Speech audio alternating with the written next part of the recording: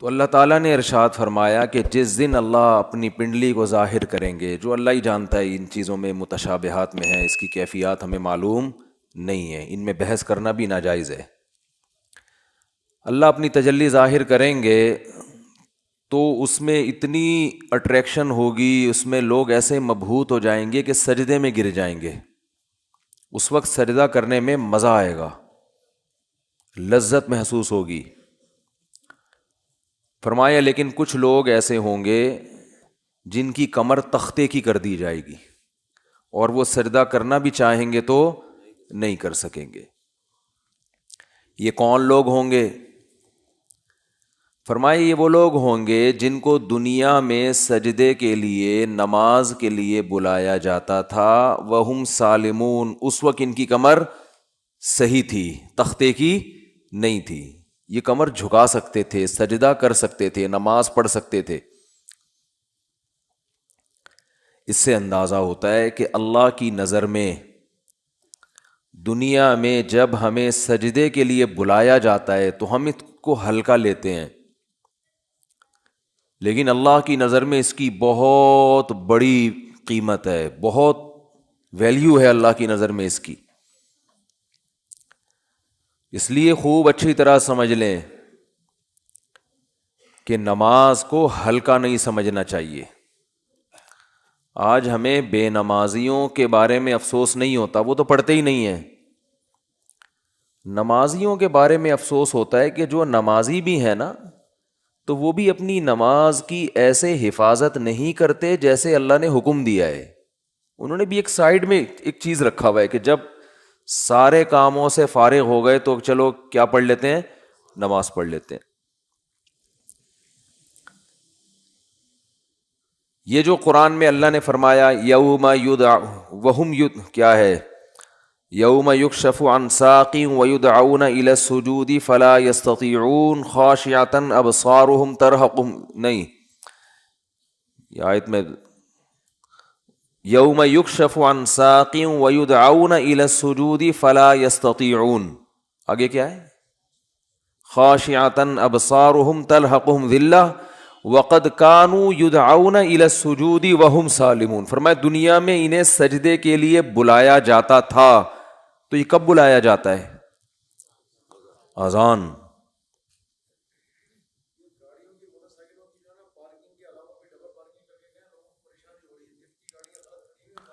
بھائی یہ بہت بڑا المیہ ہے یار، دیکھو گاڑیاں غلط نہیں پارک کیا کرو۔ میں دیکھتا ہوں یہاں مدرسے کے گیٹ کے آگے کئی بار لوگوں نے گاڑیاں کھڑی کی ہیں۔ اتنی تو انسان میں سینس ہوتی ہے کہ جب گیٹ کھلے گا مدرسے کا تو اندر سے جو گاڑی باہر کیسے نکالے گا؟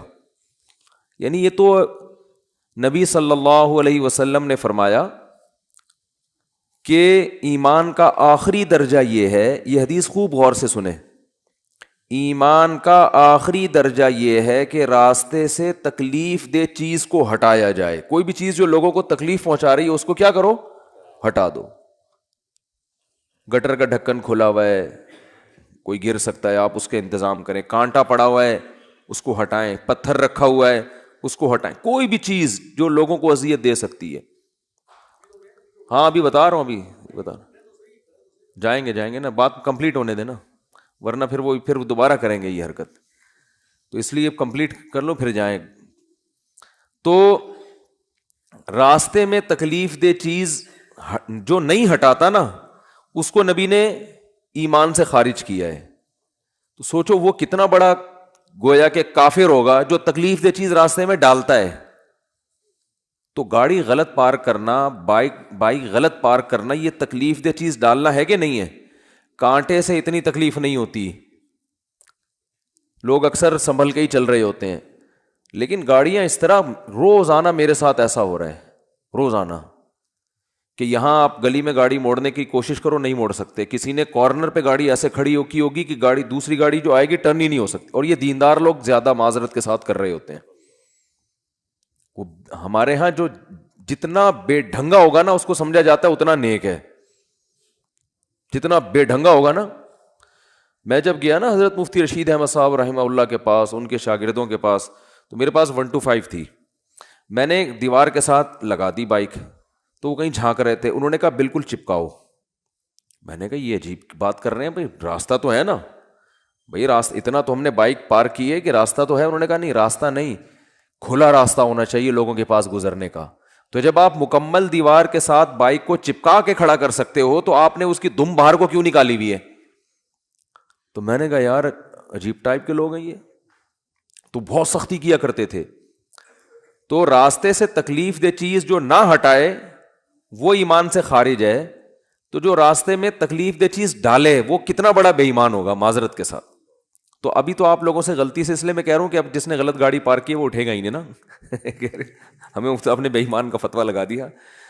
تو ہم اچھا گمان رکھتے ہیں آپ نے جان کر نہیں کیا ہوگا, غلطی سے کیا ہوگا, بلکہ آپ نے گاڑی صحیح پارک کی ہوگی یا بائک صحیح پارک کی ہوگی, کسی نے ہٹا دی ہوگی. تو جن جن نے غلط پارک کی ہے جا کے ذرا گلی کھولے, جا کے اٹھ جائیں, ہم لوگ دیکھ بھی نہیں رہے, آنکھیں بند کر لو بھائی, ہم نہیں دیکھ رہے, شاباش شاباش. اور آئندہ اس سے توبہ کریں. تو پیچھے سے تو دیکھ سکتے ہیں نا. اچھا, تو بائکیں جو ہے نا بالکل چپکا کے کھڑی کیا کریں دیوار سے, اور گاڑی بھی. اور گاڑی تو سامنے روڈ پہ کھڑی کرتے ہیں, ابھی کیمرے لگے ہوئے ہیں الحمدللہ چاروں طرف, ہم نے ٹھیک ٹھاک سیکیورٹی کا انتظام کیا ہوا ہے جو اسباب کی دنیا میں. تو چور بھی انشاءاللہ بھاگے گا نہیں, کہیں بھی پکڑا جائے گا. اور یہاں بھی کیمرے لگے ہوئے, وہ دیکھو وہ بھی لگا ہوا ہے, یہ بھی لگا ہوا ہے, دیکھ رہے ہیں. تو کسی کی جیب میں ہاتھ ڈالنے سے پہلے, کیونکہ جیب کترے بھی ہیں یہاں پہ, ان کو پتہ ہی نہیں ہوتا کہ کیمرہ لگا ہوا ہے. تو ہر طرح کیمرے لگے ہوئے ہیں جو ایک ظاہری اسباب ہو سکتے ہیں. اور سیکیورٹی گارڈ بھی بیٹھے ہوئے ہیں. کچھ سیکیورٹی گارڈ تو آپ کو وردی میں جو نظر آ رہے ہیں نا, اسلحہ کھلا لے کے گھوم رہے ہیں, کچھ یہیں بھی بیٹھے ہوئے ہوتے ہیں, سمجھ رہے ہو. تو آپ میں سے کسی کو نہیں پتا ہے کہ ادھر کس کی پینٹ میں کیا رکھا ہوا ہے اور کس کی شلوار میں کیا رکھا ہوا ہے. تو خیر بات کیا چل رہی تھی, بات چل رہی تھی نماز. ہو سکتا ہے میرے بھی آواز بھی اسلحہ لگایا وہ میں نے, تو ہم بھی اتنے نیک نہیں ہیں جتنا آپ سمجھتے ہو ہم کو, سمجھ رہے ہو نا. نیک سے مراد جو بالکل ہی بیوقوف لوگ سمجھتے ہیں نا. تو باقی یہ کہ اسباب کی دنیا میں انسان احتیاط کرتا ہے. باقی وہ بہاری لوگ کہتے ہیں کہ جب انسان کی موت آتی ہے تو اونٹ پہ بیٹھے ہوئے آدمی کو بھی کتا کاٹ لیتا ہے. تو وہ اللہ نے جب تک زندگی دینی ہے دے گا, جب اٹھانا ہوگا تو ویسے ہی اٹھا لے گا اللہ تعالیٰ. پھر تو سب کچھ ہو سکتا ہے نا. تو ایک ظاہری لحاظ سے جو کچھ ہو سکتا ہے وہ کرتا ہے انسان, باقی اللہ چاہے گا تو وہ سب کچھ ہو سکتا ہے. ایک چھوٹا سا مچھر انسان کو مار سکتا ہے, تو ایک چھوٹی سی گولی مار سکتی ہے انسان کو, کچھ بھی ہو سکتا ہے. خیر, تو بات یہ چل رہی تھی کہ اللہ نے فرمایا جب ان کو دنیا میں سجدے کے لیے بلایا جاتا تھا تو یہ نہیں آتے تھے. تو جو اللہ جب بلاتے ہیں اس بلانے کو کیا کہا جاتا ہے؟ اذان. اذان بڑی زبردست چیز ہے. مجھے تو حقیقت بتاؤں, جو میرے جیسا نالائق جو نماز کی ٹوٹی پھوٹی اہمیت اللہ نے ہمارے دل میں پیدا کی نا, وہ اذان کی وجہ سے, کہ اللہ کو نماز سے اتنی محبت ہے, اتنی محبت ہے, اتنی محبت ہے کہ ہر دفعہ پوری تقریر مؤذن سے کہلوائی جاتی ہے. دیکھو جب بھی کسی چیز کی طرف آپ لوگوں کو بلاتے ہیں, اگر وہ کام بار بار ہو رہا ہے نا, ایک دفعہ ہوگا تو آپ اناؤنسمنٹ کرتے ہیں, بار بار ہو رہا ہے تو ایک دفعہ کی اناؤنسمنٹ کافی ہوتی ہے. ایک دفعہ کی, جیسے آپ کی جب جاب لگتی ہے تو آپ کا باس آپ کو ایک دفعہ بتا دیتا ہے کہ بھئی 8 بجے سے ٹائم شروع ہوگا اور شام 4 یا 5 یا 8 بجے تک آپ کی ایک دفعہ اناؤنسمنٹ کیا ہے, بولو نا, کافی ہے, بس بتا دیا بھائی, سگنیچر لے لیے کہ بھئی یہ ٹائمنگ ہے. آپ یہ 9 بجے عام طور پہ دفتروں میں 9 بجے کا ٹائم ہوتا ہے, اور گورنمنٹ کے جو دفتر ہیں 3:30 پونے 4 بجے کا ٹائم ہوتا ہے اس میں شام کو. چھٹی کا ٹائم 4 بجے, پونے 4 بجے حاضری ہوگی اور 4 بجے چھٹی. بعض دفعہ تو آنے کا ٹائم 4 بجے ہوتا ہے, جانے کا صبح 9 بجے ہوتا ہے واپس, یعنی الٹا بھی چل رہا ہوتا ہے. جو پریکٹیکلی ہو رہا ہے نا کہ اس ٹائم پر آئے کہ جب جانے کا ٹائم گزر چکا تھا, ٹھیک ہے نا. 4 بجے جانے کا ٹائم تھا, 5 بجے پہنچ رہے ہیں. تو گورنمنٹ میں اللہ کا شکر ہے بہت ساری ہمارے ہاں سہولتیں ہیں الحمدللہ. تو ابھی بات سے بات نکلتی ہے, چھوڑو اس کو یار, بات تو سجدے کی چل رہی تھی نا. تو اللہ تعالیٰ نے، ہاں میں یہ عرض کر رہا تھا کہ آپ کو ایک دفعہ بتا دیا جاتا ہے بھائی یہ ٹائم ہے، اس پہ آ جانا. اب یہ تو نہیں ہوتا کہ جب 8 بجیں گے یا 9 بجے کا ٹائم آفس میں دیا ہے تو باس آپ کو فون کر کے بتا رہا ہوں آ جاؤ ٹائم ہو گیا ہے. کبھی ہوتا ہے ایسے؟ نہیں ہوتا نا. کیوں نہیں ہوتا؟ ان کو پتا خود آئے گا. اس لیے کہ کیا ملتا ہے سال کے آخر میں؟ روکھڑا ملتا ہے. روکھڑا ملے گا تو سارے کام ہوں گے، عزت بھی ملے گی، ترقی ہوگی آپ کی. دیکھا جاتا ہے نا پرائیویٹ اداروں میں، تو دیکھا جاتا ہے، گورنمنٹ میں دیکھا جانا چاہیے کہ یہ اس کی حاضریاں کتنی ہیں اور کتنا اس نے کام کیا ہے. لہذا ان کو موٹیویٹ کرنے کے لیے آپ کو بار بار اناؤنسمنٹ کی ضرورت نہیں ہے. بار بار اناؤنسمنٹ کی ضرورت نہیں. ایک دفعہ اعلان دوبارہ کریں گے تو آپ ان کو بیوقوف بولو گے، یار بس سر آپ نے بتا دیا نا 9 بجے کا ٹائم ہے، بس کیا ہے بار بار بھونپو لے کے گھر پہنچ جاتے ہو ہیں، لاؤڈ اسپیکر لے کے میرے دروازے پہ کھڑے ہو 9 بج گئے ہیں. یہ جو سحری جگانے والے آتے ہیں نا، مجھے ان سے اسی وجہ سے الرجی ہے. او بھائی ہمیں پتہ ہے یار سب کو، جس نے روزہ رکھنا ہے وہ اٹھ جائے گا. اب وہ پھر وہ جو گھومنا شروع کرتے ہیں محلے پڑوس میں، ایک گھر کا نمبر رات 2 بجے آ رہا ہے، دوسرے کا نمبر رات 4 بجے آ رہا ہے. سحری کا ٹائم 4 بجے شروع ہو رہا ہے تو 2 بجے ان کو کیوں اٹھا رہے ہو؟ یہ تو ایک بس عجیب سی ایک حساب کتاب ہے. تو خیر بار بار اناؤنسمنٹ نہیں کی جاتی، بار بار یاد دہانی نہیں کی جاتی. اور اللہ نے بھی باقی عبادتوں میں ایسے ہی کیا. رمضان کے مہینے کے بارے میں قرآن میں 2 آیتیں ہیں. ایک تو ہے فمن شہید منکم الشہر فلیصم. اللہ نے فرمایا ایمان والو تم پر روزے فرض کیے گئے جیسے کہ تم سے پہلی امتوں پہ فرض کیے گئے تھے. وہ فرض ہو گئے نا. دوسری آیت کیا، کب فرض ہوئے؟ شہر رمضان الذی انزل فیہ القرآن، رمضان کا مہینہ ہے. فمن شہید منکم الشہر فلیصم. جو پچھلی آیت میں اللہ نے فرمایا نا کہ روزے فرض ہوئے، تو اگلی میں بتا دیا کون سے مہینے میں؟ رمضان. جو رمضان کا مہینہ پائے اسے چاہیے کہ روزے رکھے. ایک دفعہ اناؤنسمنٹ ہوئی ہے بس، اس کے بعد دوبارہ قرآن میں اناؤنسمنٹ نہیں ہوئی. اور جب رمضان کا مہینہ آتا ہے تو پھر اسلام میں حکم بھی نہیں ہے کہ یاد دلاؤ. مؤذن کو حکم کہ تمام حضرات سے گزارش ہے کہ رمضان کا مہینہ آ گیا ہے اور اللہ کی طرف سے اعلان ہے کہ اس مہینے میں سب روزے رکھو. کوئی اللہ کی طرف سے ایسی اناؤنسمنٹ ہوتی ہے؟ بھائی مسجد کے امام اپنی ذمہ داری پہ کسی کو یاد دلا دیں روزہ رکھو، ترغیب دیں، وہ ان کا کام ہے. اللہ نے کوئی لگے بندے الفاظ نازل نہیں کیے. لہذا مسجد کا امام یاد نہ بھی دلائے تو بھی کوئی گناہ گار نہیں ہے. اللہ کہتے ہیں میں نے قرآن میں جب بیان کر دیا نا بس صحیح ہے، سن لیا ان لوگوں نے، کافی ہے. حج کے بارے میں ایک آیت ہے قرآن میں جس میں فرضیت کا ذکر ہے. وَلِلَّهِ عَلَى النَّاسِ حِجُّ الْبَيْتِ مَنِ اسْتَطَاعَ إِلَيْهِ سَبِيلًا. لوگوں، اللہ کے لیے لوگوں پر لازم ہے کہ وہ بیت اللہ کا حج کریں جو وہاں جانے کی استطاعت رکھتے ہوں. وَمَنْ كَفَرَ، جو استطاعت کے باوجود نہیں جائے گا، فَإِنَّ اللَّهَ غَنِيٌّ عَنِ الْعَالَمِينَ، اللہ کو اس کی پرواہ نہیں ہے. ایک آیت جس سے فرضیت ہے، دوسری آیت نہیں ہے. یہ تو ہے کہ ابراہیم علیہ السلام نے یوں کہا تھا، حج کے لوگوں کو کہا تھا کہ حج کرو. اللہ کا جو اپنا آرڈر ہے نا، جو اللہ کے اپنے کلام میں آرڈر ہے وہ ایک ہی ہے جہاں تک مجھے یاد پڑتا ہے. لیکن نماز، ایک تو قرآن میں جگہ جگہ بھر دی اللہ نے نماز کو، جہاں ایمان والوں کی صفات نماز پڑھتے ہیں. قرآن شروع کہاں سے ہو رہا ہے؟ الذین یقیمون الصلاۃ ومما رزقناہم ينفقون. ایمان والوں کا عقیدہ صحیح ہوتا ہے اور عمل میں کیا؟ نماز قائم کرتے ہیں. جہاں عمل کی بات آئے گی نا نماز، جہاں جنتیوں کی صفات آئیں گی نماز اور زکوٰۃ. زکوٰۃ بھی ہے ساتھ ساتھ، وہ کیوں ہے پھر کسی اور موقع پر بیان کروں گا انشاءاللہ. سب سے پہلے نماز پھر زکوٰۃ، سب سے پہلے نماز پھر اللہ کی راہ میں خرچ. یعنی زکوٰۃ یا اللہ کی راہ میں خرچ مختلف عنوانات سے، کہ نماز بھی پڑھتے ہیں اور خرچ بھی کرتے ہیں، دونوں کام چلتے رہتے ہیں ان کے. اس سے پتہ چلتا ہے کنجوس نمازی اللہ کو پسند نہیں ہے. یعنی نماز کے ساتھ سخاوت بھی ہے. تو لیکن نماز کو پہلے درجے پہ رکھا گیا ہے. وجہ کیا ہے اس کی؟ اتنا فوکس کیوں کیا جا رہا ہے؟ اتنا زیادہ اس کو ہائی لائٹ کیوں کیا جا رہا ہے؟ پھر چلو اللہ نے قرآن میں درجنوں جگہوں پر کہہ دیا نماز پڑھو، بار بار کہہ دیا نماز پڑھو نماز پڑھو، اتنا کہا ہے کہ اس سے زیادہ کوئی حکم قرآن میں ملتا ہی نہیں ہے.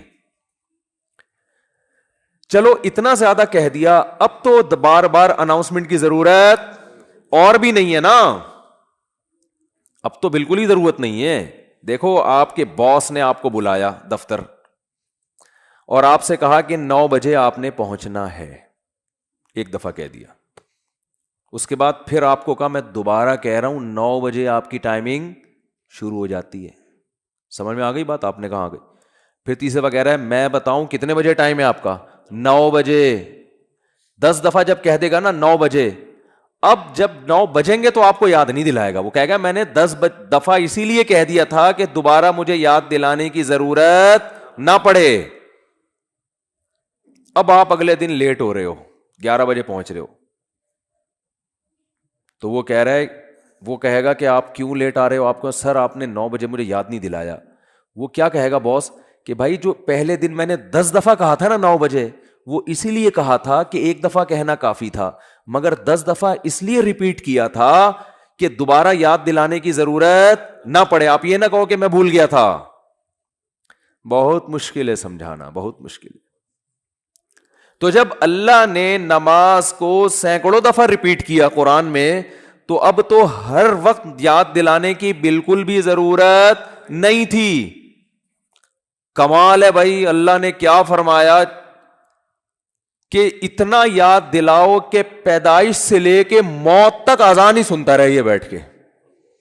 پیدا ہوا تو کان میں اذان دلوائی اس کے، پیدا ہوا تو کان میں اذان، نماز کی طرف دعوت. حالانکہ سمجھتا نہیں ہے بچہ، ایک حرف بھی سمجھ میں نہیں آتا اس کے اذان. بچہ تو نہ سمجھ ہوتا ہے، اس کو کیا پتا چلتا ہے میرے کان میں کیا ہو رہا ہے. لیکن جب بڑا ہوتا ہے نا تو اس کو یہ یاد دلایا جاتا ہے کہ تیرے کان میں بھی اذان دی گئی تھی. دوسروں کو دیکھتا ہے تو اس کو پتا چلتا ہے کہ اللہ نے ابھی سے یاد دلا دیا ہے. تو پیدا ہوا ہے تجھے بتایا کہ نماز نہیں چھوڑنی، تو نے نماز نہیں چھوڑنی ہے تو نے. پھر فجر کے وقت الگ بلایا جا رہا ہے، جب ظہر کا ٹائم آتا ہے الگ. اچھا اللہ نے نماز کا بھی ذکر کیا اور ٹائمنگ بھی قرآن میں بتا دی. اقیم الصلاۃ لدلوک الشمس الی غسق اللیل، نماز کو قائم کرو سورج کے ڈھلکنے کے اوقات میں اور رات کے اندھیروں میں بھی. اس میں پانچوں نمازیں آ گئیں. سورج میں جب کوئی بڑی تبدیلی ہوتی ہے نا تو اس کو ڈھلکنا کہتے ہیں. سورج میں جب بڑی تبدیلی ہوتی ہے، فجر کے وقت سورج کیا اندھیروں سے نکل کے روشنیوں کی طرف جب لائٹ مارتا ہے نا سورج مشرق سے. دیکھو کوئی گاڑی، آپ کسی گاڑی کا انتظار کر رہے ہو یار، وہ دولہے کی مثال دیتے ہیں، اس کو بات سمجھ میں آئے گی. دولہا بارات کے انتظار میں ہے، ہال میں بیٹھا ہوا ہے، بارات آ رہی ہے کہ نہیں آ رہی ہے، ٹائم دیکھ رہا ہے یار لیٹ، پہلی میں بہت لیٹ ہو گیا مفتی صاحب کا بیان سن کے، تو 45 سال میں شادی کر رہا ہوں، اوپر سے بارات لیٹ ہے. تو وہ فوراً دیکھتا رہے گا کہ بھئی ایک دم بسوں کی لائٹیں جو ہے نا گلی کے نکڑ پہ بس نظر نہیں آتی، لائٹنگ پہلے ہوتی ہے نا، لائٹنگ سے اندازہ ہو جاتا ہے کہ اب بارات پہنچنے والی ہے. پھر پٹاخے وٹاخے بعد میں. تو سورج کیا ہے ایک دم غائب ہو جاتا ہے، اندھیروں میں دنیا ڈوب جاتی ہے. تو سب سے پہلے جو لائٹ مشرق کی طرف ظاہر ہوتی ہے، جو لائٹ یعنی اس طرح ہوتی ہے، وہ ایک تو عمودی لائٹ ہوتی ہے نا. عمود کو کیا کہتے ہیں؟ پرپینڈیکولر کہتے ہیں. ہم تو ٹریگنومیٹری پڑھ کے بھول گئے یار. ہاں ہاریزینٹل میں لفظ بھول گیا ہوں، ہم نے بہت پڑھی ہے. ہاریزونٹل ایک ہوتا ہے، پرپینڈیکولر ایک ہوتا ہے بیس کہتے ہیں اس کو. بال چھوڑ ٹریگنومیٹری پھر بعد میں پڑھیں گے. بھی ایک لائن، ایک روشنی یوں آتی ہے، پھر ایک روشنی ایسے. جو یہ روشنی ہے نا اس کو صبح کاذب کہتے ہیں. صبح کاذب، یہ جھوٹی صبح ہے، یہ اس کی علامت نہیں ہے کہ سورج آ رہا ہے ابھی. اس کے بعد جب ایک دم افق پہ مشرق یعنی مشرق کی طرف آسمان کے کنارے پہ جو ایسے لائٹ پھیلتی ہے نا، یہ وہ والی لائٹ ہے جو بارات آتے وقت ٹرک جو بس مارتی ہے نا لائٹ، اب یہ آ گئی ہے. اس سے پہلے تو کوئی سگریٹ پی رہا تھا یا کیا کر رہا تھا. تو اس کو کہتے ہیں صبح صادق، سچی صبح. وہ پہلے والی صبح سے دھوکا ہوتا ہے کہ شاید سورج نکل رہا ہے، وہ اس لیے اس کو صبح کاذب کہا جاتا ہے. اور اس کے بعد آتی ہے صبح صادق. تو وہ جو لائٹ مشرق کی طرف پھیلتی ہے نا ایسے لمبائی میں، وہ اس کی علامت ہوتی ہے کہ اب وہ اندھیرے ختم، ایک دم سورج ایک ڈھلکنا شروع ہو رہا ہے نا، ایک دنیا میں ایک بہت بڑی چینجنگ آ رہی ہے. تو اللہ نے فرمایا جیسے ہی دنیا میں یہ چینجنگ آئے گی، تبدیلی آئے گی اس سے، سورج کے ڈھلکنے سے، تم نے کیا کرنا ہے اس موقع پر؟ نماز قائم کرنا ہے، اپنے رب کو یاد کرنا ہے، میرا رب مجھے رات کے اندھیروں سے نکال کے دوبارہ، کتنی بڑی خدا کی قسم، یہ سورج کا طلوع ہونا اتنی بڑی نشانی ہے اللہ کے وجود کی. ایتھیس اور ملحد پاگل ہوتے ہیں. مجھے لوگ کہتے ہیں ملحدوں پہ کو معاف کر دیں، بیان نہ کریں آپ، بہت بیان ہو گیا ملحدوں پر، لیکن بھائی کیسے یار چھوڑ دیں؟ اتنی بڑی خدا کی نشانیاں دیکھ کر جو بدبخت کہتے ہیں یہ آٹومیٹیکلی ہو رہا ہے. اور یار ایسا سسٹم، اتنا ایندھن اس کے اندر، ایسی روشنی، کیسا، جیسے آپ تکے کو گھماتے ہیں نا جب پکاتے ہیں، کوئلے پہ جب تکا پکاتے ہیں، ادھر سے پک گیا، اب کیا کرو؟ گھماؤ، یہ خود بخود گھومتا ہے؟ گھمانا پڑتا ہے، یا ایسا سسٹم لگانا پڑے گا کہ گھومے. وہ سسٹم کوئی لگا کے دیتا ہے. تکے میں خود بخود اتنی عقل نہیں ہوتی کہ کروڑوں سال میں ترقی کرتے کرتے ایسا بن گیا کہ آٹومیٹک گھومنا خود بخود ہی شروع، یہاں سے پک گیا اب یہاں سے پکاؤ، ہے بھائی یہاں سے تو پک گیا اب کیا کرو؟ اب یہاں سے پکاؤ مجھے. تکا خود بخود کروڑوں سال میں بھی اتنا ذہین نہیں ہوتا. تو یہ سورج اور زمین اتنے ذہین کیسے ہو گئے کہ سورج گیا اور پوری دنیا کو لائٹ دیتا دیتا، ساری دنیا میں کی فصلیں اگاتا، وٹامن ڈی پرووائڈ کرتے کرتے کرتے کرتے ابھی سورج امریکہ والوں کو نواز رہا ہے. اس وقت یہاں رات ہو رہی ہے نا، امریکہ میں دن ہے، سورج وہاں جا کے گوروں کو وٹامن ڈی دے رہا ہے، ان کی فصلوں میں جان پیدا کر رہا ہے.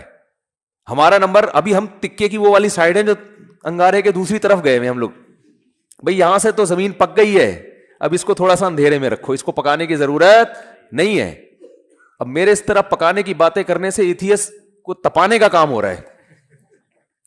حقیقت ہے نا، جب سورج پکا رہا ہے اور ایتھیس ہمیں تپا رہا ہے، خود بھی تپ رہا ہے الٹی باتیں کر کے. تو یہ بھائی کیسا خوبصورت نظام ہے یار. سورج کا جو طلوع ہے نا خدا کی قسم یہ اللہ کی بہت بڑی نشانی ہے. لاکھوں کروڑوں سال ہو گئے سورج کی حرکت میں کوئی تبدیلی نہیں ہو رہی. کتنا بڑا آگ کا ایندھن ہے، آگ کا ایندھن زمین سے لاکھوں گنا بڑا. اتنی آگ، اتنا ایندھن کہاں سے آ گیا؟ اسٹیل مل میں جو ایندھن جس سے لوہا پگھلایا جاتا ہے یہ آٹومیٹکلی پیدا ہو گیا، یہ اس کو پیدا کیا گیا ہے، یہ تو ڈالا جاتا ہے نا اس میں بھٹیوں کو جلانے کے لیے. سورج میں کہاں سے آ گیا؟ اتنی آگ برسا رہا ہے، اور ایسی لائٹ ہے اس کی کہ آپ جب سورج کی روشنی ہوتی ہے آپ کے ہزار وولٹ کے بلب فیل ہو جاتے ہیں، پتہ ہی نہیں چل رہا ہوتا کہ جل رہے ہیں کہ بجھ رہے ہیں. تو کیا تن تناتا ہوا شان کے ساتھ مشرق سے نکلتا ہے.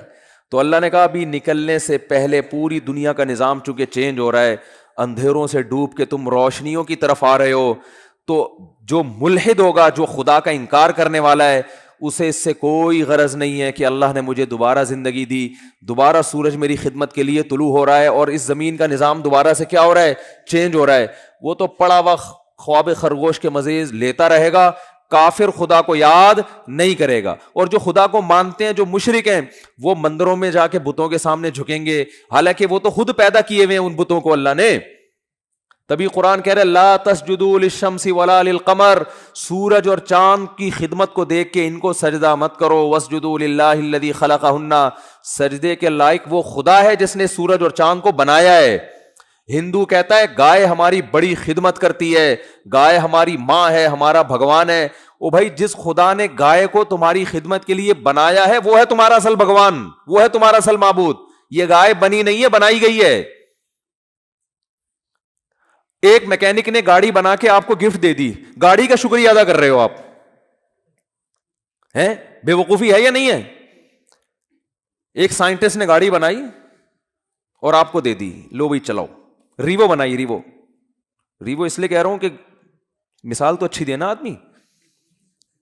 میں نے کہا ہے نا کہ دیکھو بعض لوگ، دیکھو غریب ہونا تو کوئی برائی ہے نہیں، ہمارے نبی صلی اللہ علیہ وسلم دنیا کے مسکین تھے. سوچ کا غریب ہونا کیا ہے؟ نقصان دہ. اس لیے میں انڈے والے برگر کی مثال نہیں دیتا، مثال ہمیشہ زنگر برگر کی ہوگی. کیا کھاؤ بے شک انڈے والا برگر جیب میں دیکھو پیسے ہیں تو انڈے والا کھا لو، زنگر کے ہیں تو لیکن مثال ہمیشہ کس کی دو؟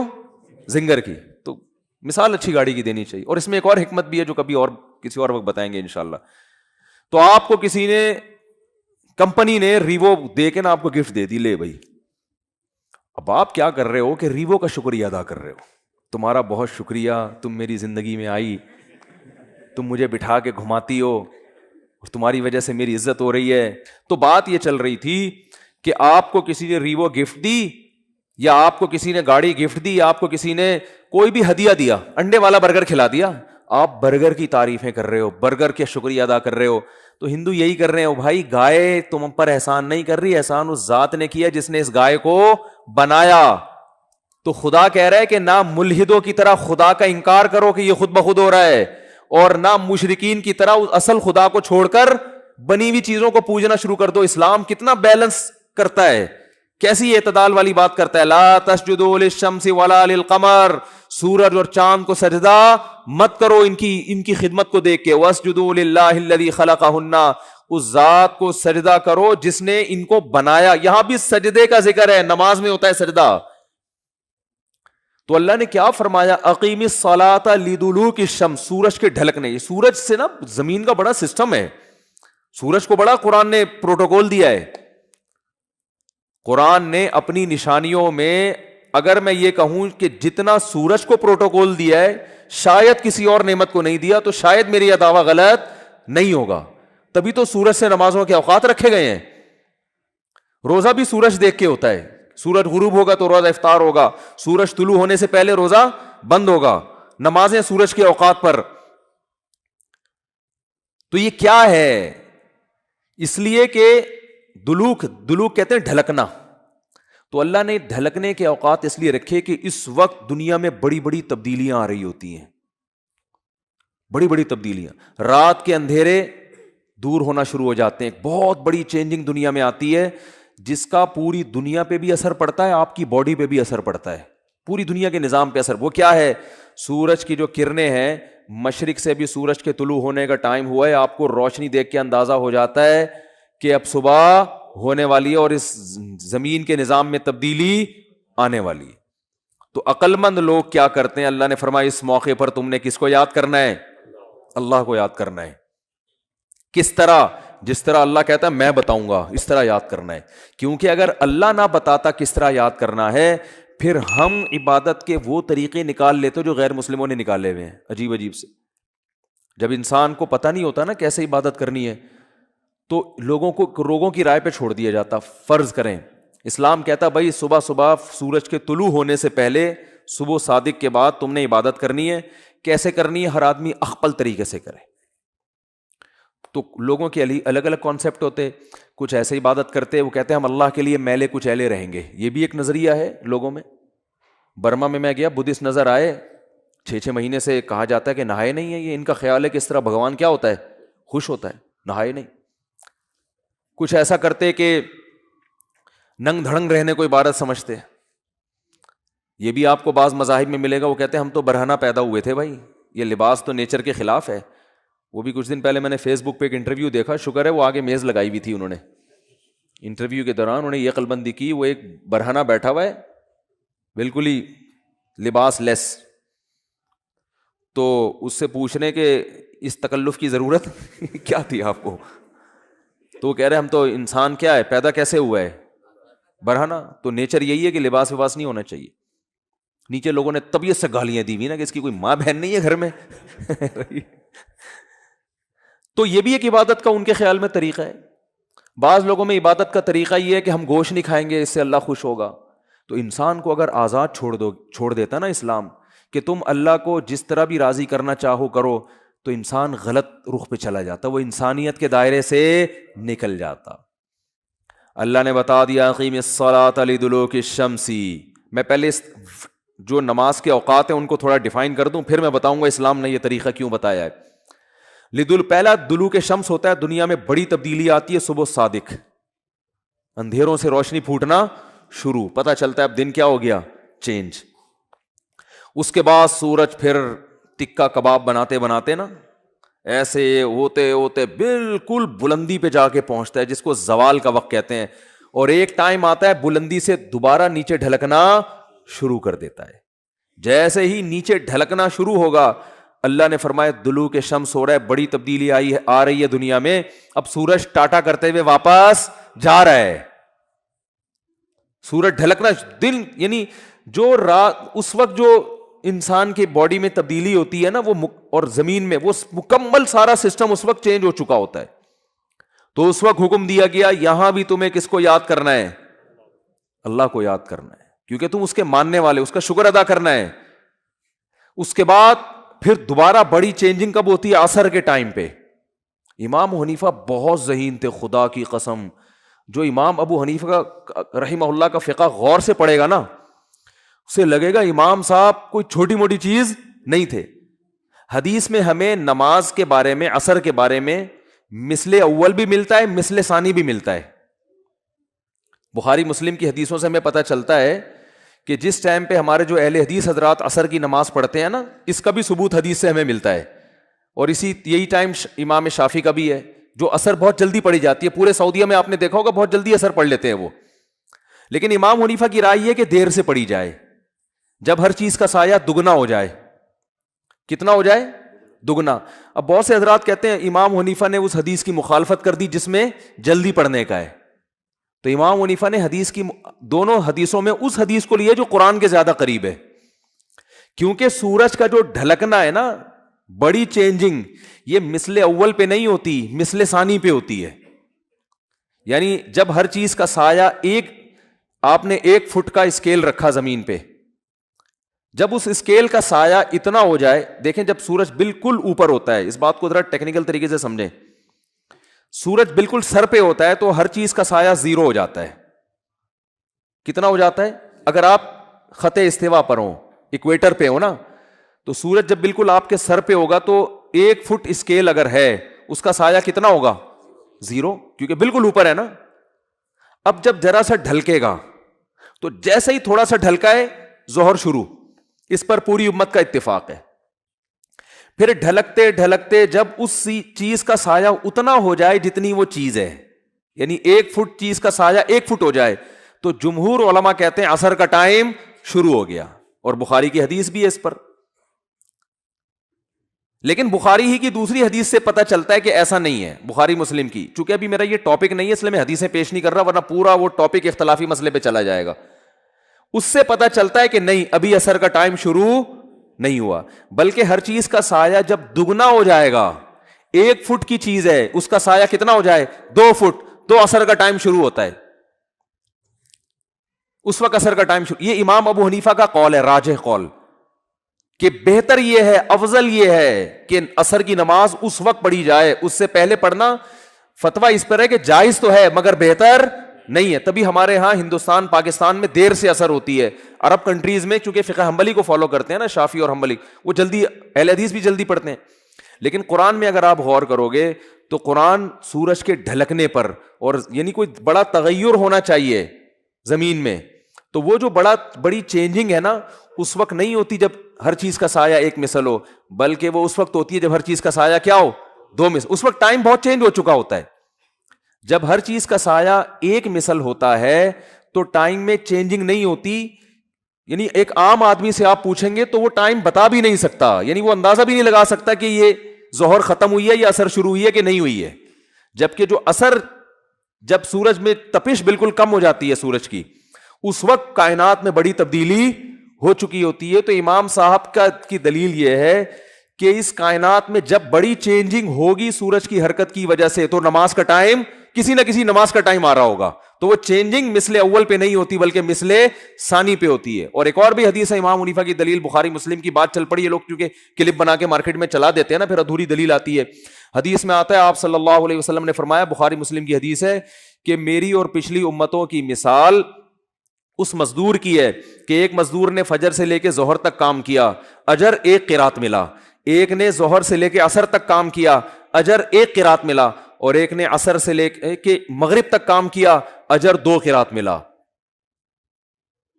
تو آپ نے فرمایا کہ عمل قلیلا و اجر کثیرا, جو فجر سے لے کے ظہر تک کام کر رہا ہے بہت زیادہ کام کرے گا مگر اجر کتنا؟ 1 قرات. جو ظہر سے لے کے عصر تک کام کر رہا ہے، عمل حدیث کے مطابق بہت زیادہ کر رہا ہے، اجر کتنا مل رہا ہے؟ ایک قرات. لیکن آپ نے فرمایا جو عصر سے مغرب کر رہا ہے، عمل کثیرن عمل قلیلن، عمل بہت تھوڑا کیا، اور اجیرا کثیرن، اجر زیادہ ملا. یہ حدیث کے الفاظ ہیں. تو پچھلی امتیں کیا ہیں؟ یہود و نصارہ. یہودیوں نے فجر سے لے کے ظہر تک عمل کیا، عمل 1 روپیہ ملے گا ان کو. ایک مثال دے رہا ہوں روپے سے.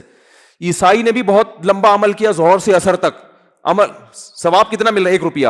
اس امت نے بہت تھوڑی دیر عمل کیا مگر اجر کیا مل رہا ہے؟ دگنا. تو یہود و نصارہ اللہ سے کہیں گے اللہ ہم عمل زیادہ کر رہے ہیں اجر کم، یہ عمل کم کر رہے ہیں اجر زیادہ. تو اللہ فرمائیں گے کہ میں تم پہ ظلم نہیں کر رہا، تمہیں تمہارے عمل کا پورا بدلہ دے رہا ہوں. اس امت کو تھوڑے عمل پہ جو میں اضافی دے رہا ہوں تو یہ میری مرضی ہے، یہ میرا فضل ہے. بھائی ایک مزدور سے 1 گھنٹہ گڑھا کھدوائیں، اجرت طے ہوئی 100 روپے، وہ دے دیا آپ نے. اس سے آدھا گھنٹہ گڑھا کھدوا کے اجرت طے 100 تھی لیکن آپ نے 500 روپے پکڑا دیے، تو 100 والا اعتراض تھوڑی کرے گا. آپ کہیں گے بھائی تمہیں تو پوری اجرت مل گئی نا، اب یہ ہماری اس سے تعلقات ہیں، ہم نے اس کو ڈبل دے دیا. تو یہ مثال فٹ بیٹھ ہی نہیں سکتی کہ اگر ہم عصر کو مثل اول پہ پڑھیں گے، کیونکہ پھر ظہر اور عصر کا جو فاصلہ ہے وہ اور عصر اور مغرب کا فاصلہ تقریباً برابر ہو جائیں گے. نہیں آ رہی بات سمجھ میں؟ اس سے پتہ چلتا ہے عصر اور مغرب کا فاصلہ کم ہے اور ظہر اور عصر کا زیادہ ہے. تو یہ حنفیہ جو امام ابو حنیفہ جو ٹائم بتاتے ہیں نا عصر کا، اس ٹائم پر تو یہ مثال فٹ بیٹھتی ہے. اور جو جمہور کا مسلک ہے کہ جلدی پڑھنا، اگر اس میں عصر کو اصل وقت مانا جائے تو اس پہ یہ مثال فٹ بیٹھتی نہیں ہے، کیونکہ اس میں ظہر عصر اور عصر مغرب کا فاصلہ تقریباً برابر ہو جائے گا، یہ مثال ہی نہیں منطبق ہوتی. تو اس لیے 1-2 حدیثیں سن کے مجتہدین سے بدگمان مت ہوا کرو اور فنڈر بننے کی کوشش مت کیا کرو کہ حدیث بھی پیش کی، حدیث نمبر بھی پیش کر دیا، حوالہ بھی پیش کر دیا، اب کیا رہ گیا سوائے اندھی تقلید کے. او بھائی اندھی تقلید نہیں ہے، یہ تقلید علی وجہ البصیرہ ہے. جس امام کو ہم فالو کر رہے ہیں نا وہ چھوٹا موٹا امام نہیں ہے، وہ بہت ذہین ہے اور وہ سب سے پہلے قرآن کو فوکس کرتے ہیں.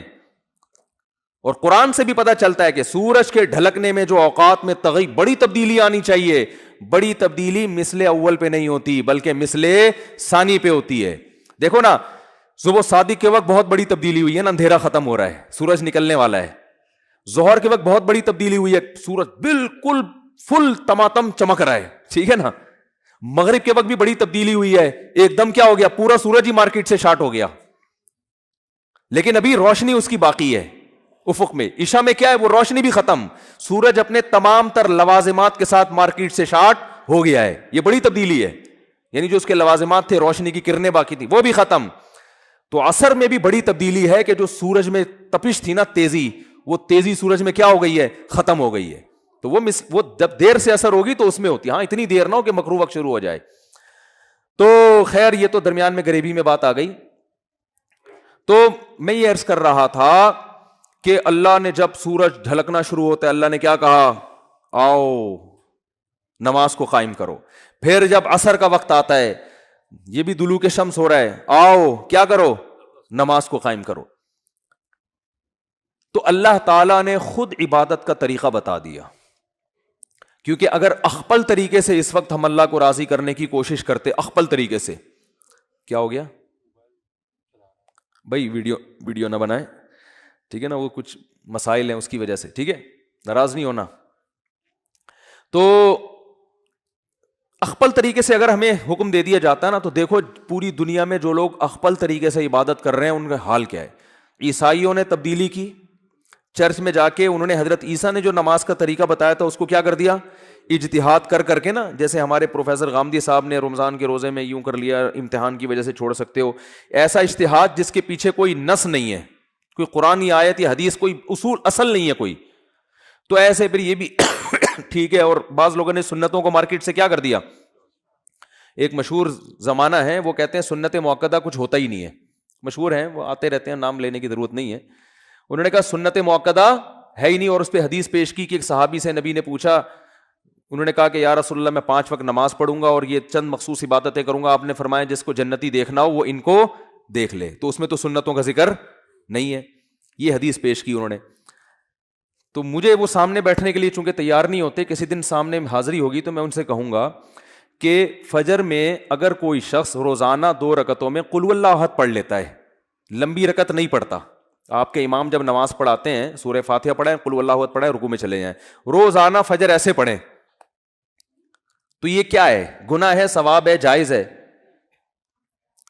تو ظاہر ایک آدمی کہے گا اس کی اجازت، بولو بھائی فجر میں امام صاحب اگر پہلی رکعت میں قل اللہ پڑھیں، دوسری میں بھی کیا پڑھیں؟ قل اللہ پڑھیں، اتنی مختصر نماز پڑھیں، اس کی امام کو اجازت نہیں دی جائے گی۔ کیوں؟ نبی صلی اللہ علیہ وسلم فجر کی 2 رکعتیں طویل پڑھا کرتے تھے۔ حضرت عائشہ فرماتی ہیں فجر میں 2 رکعتیں رکھی اس لیے گئی ہیں تاکہ وہ کیا ہوں؟ وہ 2 4 کے برابر ہو جائیں، حدیث کا مفہوم بیان کر رہا ہوں، وہ 2 کس کے برابر ہو جائیں؟ 4 کے، تبھی طویل قرات ہے اس میں۔ اب یہ طویل قرات کو اگر آپ کہتے ہیں یہ واجب ہے، تو اس کا مطلب جس دن قل اللہ پڑھ کے رکوع کر لیا تو واجب ادا نہیں ہوا، تو نماز یا تو سجدہ سہو کرو یا دوبارہ پڑھو، آپ اس کے بھی قائل؟ بولتے کیوں نہیں ہے، کیونکہ فرض قرات تو ہو گئی نا، قل اللہ پڑھنے سے بھی ہو جاتی ہے۔ ایسی چیز کو جو واجب تو نہیں ہے لیکن پھر بھی پراپر کرنا ہے، اس کو فقہا نے سنت مؤکدہ سے تعبیر کیا ہے کہ وہ فرض واجب کے درجے میں نہیں ہے لیکن اس کو چھوڑنے کی بھی اجازت نہیں ہے، کبھی کبھار چھوڑ دے تو الگ بات ہے، پابندی کرنی پڑے گی اس کی۔ تو ایسے اس کے لیے فقہا نے ایک ٹرم ایجاد کی ہے، اصطلاح نکالی ہے کہ یہ عام سنت نہیں ہے کہ کرو تو کرو، نہیں کرو تو نہیں کرو، بلکہ یہ سنت مؤکدہ ہے۔ تو سنت مؤکدہ کے تو آپ خود قائل ہے، اگرچہ اس لفظ کے قائل نہیں ہے۔ اگر آپ یہ کہتے ہو کہ سنت مؤکدہ کچھ بھی نہیں ہوتا، بس فرض واجب ہی ہوتا ہے، فرض ہی ہوتا ہے اور کچھ بھی نہیں ہوتا، یہ تو واجب کا بھی انکار کرتے ہیں، یہ کچھ بھی نہیں ہوتا، تو میں کہتا ہوں امام روزانہ پہلی رکعت میں بھی قل اللہ پڑھے، دوسری میں بھی قل اللہ پڑھے، اور پھر آپ روزانہ اتنی مختصر نماز پڑھا کے مارکیٹ سے شارٹ ہو جائے تو پھر آپ اس کو بھی یہ حدیث سناؤ، آپ اس کو بولو کہ بھائی فجر میں تو لمبی قرات کرنا سنت ہے، آپ کیوں اس سنت کو چھوڑ رہے ہو؟ وہ یہ جواب دے گا سنت ہے نا، فرض تو نہیں ہے نا، کیا ہو گیا بھائی؟ اور وہ حدیث سنا دے کہ ان صحابی نے کہا تھا 5 نمازیں فرض ادا کروں گا جنت میں جاؤں گا، تو میں 5 میں سے فجر جو فرض ہے ادا کر رہا ہوں کہ نہیں کر رہا؟ فرض ادا ہو رہا ہے کہ نہیں ہو رہا؟ لیکن آپ اس کو چھوڑیں گے نہیں، ان دل بولیں گے بھائی جو پراپر طریقہ ہے نا فجر کا، اس طرح سے پڑھاؤ، اور اس سے پہلے بھی 2 سنتیں پڑھ کے آیا کرو۔ تو اس کو ایسی چیز کو فقہا تعبیر کرتے ہیں کیونکہ وہ دین کو زیادہ سمجھتے ہیں، انہوں نے کہا ایسی چیز جو فرض بھی نہیں ہے لیکن اس کو چھوڑنے کی اجازت بھی نہیں ہے، قابل ملامت ہے، اگر کوئی چھوڑے گا تو اس کو ملامت کی جائے گی، اس کو سمجھایا جائے گا، اس کو ملامت کا مطلب برا بلا بھی کہہ سکتے ہیں آپ اس کو۔ تو یہ ٹرم آپ بے شک اپنی ڈکشنری سے نکال دیں، لیکن ایسے بہت سارے اسلام میں حکام ہیں جو کیا ہے سنت جو فرض واجب نہیں ہے لیکن وہ عام سنت بھی نہیں ہے، مؤکدہ کا معنی تاکید والی، تو یہ تو ایک بالکل بدیہی چیز ہے۔ تو اسی طرح جو ظہر سے پہلے کی 4 سنتیں، ظہر کے بعد کی 2 سنتیں، فجر سے پہلے کی 2 سنتیں، مغرب کے بعد کی 2 سنتیں، یہ بھی عام سنتوں کی طرح نہیں ہے کہ آپ کہتے ہیں سنتیں ونتیں کچھ بھی نہیں ہوتی، بس فرائض ہیں، ٹھیک ہے یہ فرض نہیں ہے لیکن ایسی بھی نہیں ہے کہ آپ ان کو چھوڑ دیں، اگر چھوڑیں گے تو قابل ملامت ہوں گے آپ، کبھی کبھار چھوڑ دے تو ایک الگ بات ہے، جیسے کبھی آدمی سفر میں فجر کی 2 مختصر پڑھ لیتا ہے، امام صاحب کو جلدی ہے بھائی آج مجھے جانا ہے، میں قل اللہ پڑھ کے رکوع کروں گا، جس نے پڑھنی ہے پڑھے، نہیں پڑھنی کبھی کبھار ٹھیک ہے، پابندی نہیں کر سکتے آپ اس کی۔ تو تبھی کہتا ہوں اٹھا کر پھینک دو باہر گلی میں، نئی تہذیب کے انڈے ہیں گندے۔ اسلام بہت پرانا جو چلا آ رہا ہے نا فقہا سے، انہی سے سیکھنے کی کوشش کرو، نئی چیزوں سے متاثر ہونے کی بالکل بھی ضرورت نہیں ہے۔ حدیثوں کے لیبل ان کو نمبر یاد ہوتے ہیں بس، حدیث کی روح ان کو پتہ نہیں ہوتی۔